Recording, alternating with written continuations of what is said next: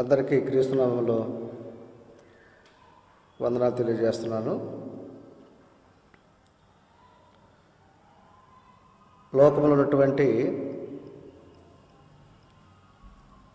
ప్రతి మనిషి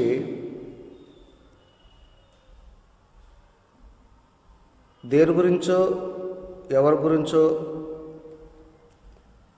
ఆలోచన చేస్తూ ఉంటాడు, కానీ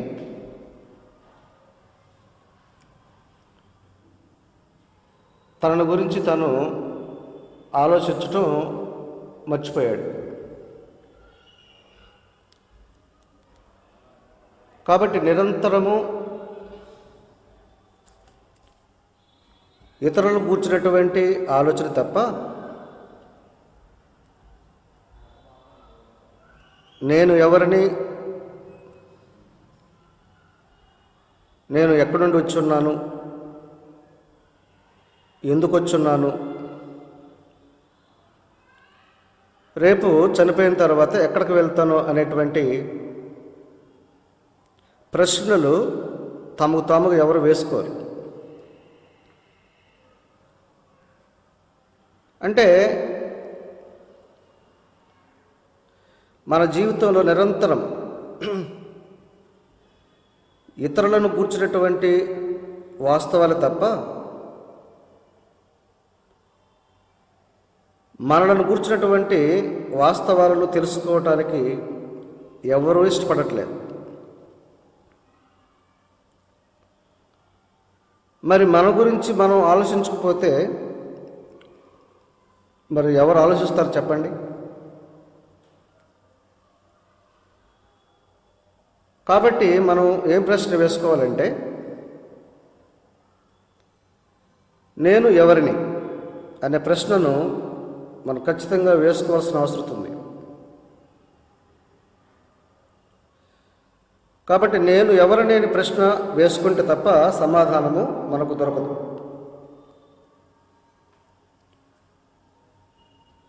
కాబట్టి ఎవరిని నేను అనే ప్రశ్నకు సమాధానంగా బైబిల్ నుంచి కొన్ని వచనాలు మనం ఆలోచించేద్దాము. ఆదికాండము 2వ అధ్యాయము 7వ వచనంలో దేవుడైన యెహోవా నేల మంటితో నరు నిర్మించి వారి నాసికారంధ్రములో జీవవాయువును ఊదగా నరుడు జీవాత్మ ఆయన. కాబట్టి నేను అంటే ఇక్కడ ఉన్నటువంటి వాక్య ప్రకారంగా నేల మన్ను ఒక భాగమైతే అందులో ఊదినటువంటి జీవవాయువు ఇంకొక భాగం. కాబట్టి మనిషి అంటే నేను అంటే అర్థం ఏంటంటే, రెండు భాగాలు కలయిక ద్వారా ఉన్నటువంటి వ్యక్తిని అనే సంగతిని మనం మర్చిపోకూడదు. మన ఉదయం లేచింది మొదలు రాత్రి పడుకునే వరకు కూడా కనిపించేటువంటి ఈ శరీరం గురించే మాట్లాడుకుంటాం, శరీరం గురించే ఆలోచిస్తూ ఉంటాం, శరీరం కోసమే పనిచేస్తూ ఉంటాం. శరీరము తప్ప మన కంటికి ఏది కనిపించదు.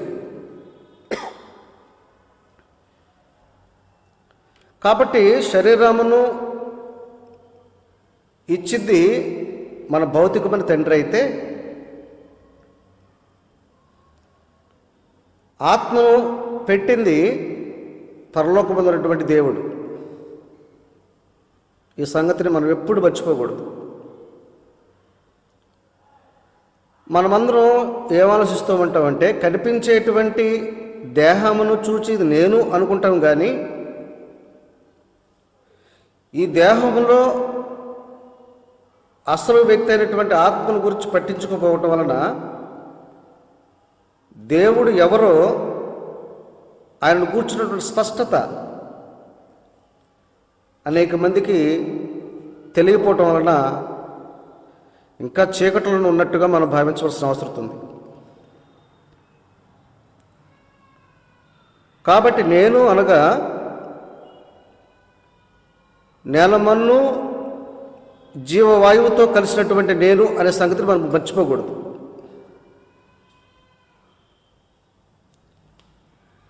ఇంకొక వచనం చదివినట్లయితే ప్రసంగి గ్రంథము 7వ అధ్యాయము, క్షమించాలి 12వ అధ్యాయము 7వ వచనం.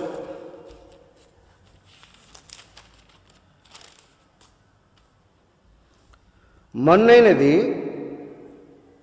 వెనుకటి వలనే మరల భూమికి చేరును, ఆత్మ దాన్ని దయచేసిన దేవుని యొద్దకు మరలిపోవును. కాబట్టి నేను అని ఎవరైతే స్పష్టంగా ప్రశ్న వేసుకుంటారో వారికి ఇవ్వబడిన సమాధానం ఏంటంటే, ఇందాక మనం ఆదికాండము 2:7 వచనంలో చూసినట్టుగా ఇక్కడ కూడా మన్ను అన్నాడు ఒక భాగము, రెండవ భాగం వచ్చి ఆత్మ అన్నాడు ఆయన. మన్ను అంటే కనిపించేటువంటి దేహం, ఇది మన్ను. అందుకే చనిపోయిన తర్వాత ఈ శరీరాన్ని తీసుకువెళ్ళి మంటిలో కలిపేస్తారు. మరి రెండవ భాగం, కాబట్టి రెండవ భాగము దేవుడు దగ్గర నుంచి వచ్చింది కాబట్టి న్యాయంగా తిరిగి దేవుడి దగ్గరకు వెళ్ళాలి. మరి వెళ్ళాలి అంటే ఈ ఆత్మ దేహంలో ఉన్నప్పుడే ఆత్మను అనుగ్రహించినటువంటి దేవుణ్ణి తెలుసుకోవాలి. కానీ మనకున్నటువంటి బిజీ షెడ్యూల్లో మన గురించే మనం ఆలోచించినప్పుడు మనకు ఆత్మను అనుగ్రహించినటువంటి మన దేవుణ్ణి ఏమో ఆలోచిస్తాం చెప్పండి. ఇప్పుడున్నటువంటి పరిస్థితుల్లో ఎవరికి తీరిక లేదు, ఎవరికి అంత ఆసక్తి కూడా లేదు. ఏదో 10 రూపాయలు మన దగ్గర ఉంటే చాలు బ్రతికే వచ్చినటువంటి ఒక ధీమాతో బ్రతికే వ్యక్తులే ఉన్నాము. కానీ దేవుడు అవసరమని భావించే వ్యక్తులు బహు అరుదుగా కనిపిస్తూ ఉంటారు. ఒకళ్ళటువంటి వాళ్ళు ఎవరైనా ఉంటే వారు చాలా అదృష్టవంతులు. భౌతిక దేహమును ఇచ్చినటువంటి తండ్రిని మర్చిపోతే అంతకంటే దౌర్భాగ్యం మరేమి ఉండదు. ఇప్పుడు ఎవరైనా మనల్ని ఒక ప్రశ్న వేశారనుకోండి, మీ నాన్న ఎవరని, మనం చెప్తాం పలానా వ్యక్తి మా నాన్నని.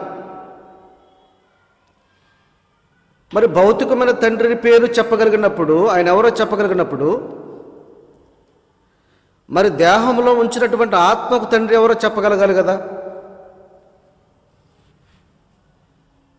మరి ఎవరు చెప్తారు చెప్పండి? అంటే అర్థం ఏంటంటే, చెప్పలేదు అంటే అర్థం ఏంటంటే, ఆత్మను అనుగ్రహించినటువంటి కన్న తండ్రిని నువ్వు మర్చిపోయావని అర్థం. సాధారణంగా భూమి మీద మీ నాన్న ఎవరు అడిగినప్పుడు సమాధానం ఎవరని చెప్పలేకపోతే అతడిని పిచ్చివాడికన్నా జమ చేస్తాము, లేదంటే అహంకారాన్నైనా జమ చేస్తాం. ఇప్పుడు తండ్రి అయిన ఆత్మనిచ్చినటువంటి దేవుడు ఎవరో నువ్వు చెప్పలేకపోతే మరి మనల్ని ఏమని మరి పరిగణించాలో అది దయచేసి మీరే ఆలోచించవలసిందిగా కోరుతున్నా. కాబట్టి ఈ ప్రశ్నలు కనుక పగలంతా కుదరకపోయినా పడుకునే ముందైనా ఒక్కసారి కనుక నేను ఎవరినైనా ప్రశ్న వేసుకుంటే మన జవాబులు దొరక్కపోతే కనుక ఖచ్చితంగా బైబిల్ దగ్గరకు రావాల్సిన అవసరం ఉంది. కానీ దురదృష్టం ఏంటంటే ఆ అవసరం ఉన్నట్టుగా మనకి ఎక్కడా కనిపించడం జరగటం లేదు. దేవుడు ఉన్నా లేకపోయినా పర్వాలేదు, నాకు డబ్బులుంటే చాలు, నాకేమీ దేవునితో కూడా సంబంధం లేదన్నట్టుగానే బ్రతుకుతున్నాం. కానీ గత సంవత్సరం మీరు చూసే ఉంటారు, పెద్ద పెద్ద డబ్బులు ఉన్నటువంటి ప్రపంచ దేశాల్లో అనేక ధనవంతమైన దేశాలు దేవుని కాపుదల లేకపోతే ఎంత నాశనమయ్యో ప్రత్యక్షంగా చూడగలిగాం, టీవీల ద్వారానో పేపర్ ద్వారానో. కాబట్టి నీకు ధనమున్నా ఆస్తిపాస్తులున్నా దేవుడు లేక తండ్రి అనే ఆ వ్యక్తి యొక్క సహాయం మనకు లేకపోతే కనుక ఎన్ని ఉన్నా సున్నా. అందువలన ఈరోజైనా సరే మీరంతా పనులన్నీ చేసుకున్నాక ముగించిన తర్వాత మీకు పడక ముందుకు మీరు వెళ్ళేటప్పుడైనా నేను ప్రశ్న దయచేసి వేసుకోవాల్సిందిగా కోరుతున్నాను. ఈ ప్రశ్న వేసుకుంటే ఖచ్చితంగా మనకి ఆత్మను అనుగ్రహించిన దేవుడు జ్ఞాపకం రావాలి. అది రాలేదంటే నేను గురించి నువ్వు ఆలోచించలేదని అర్థం. అందువల్ల దయతో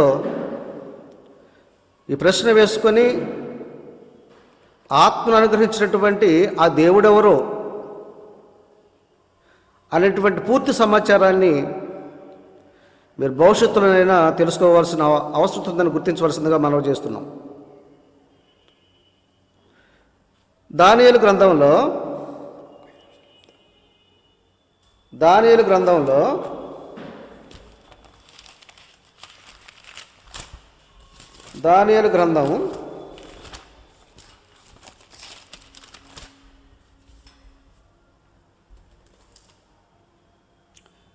7వ అధ్యాయము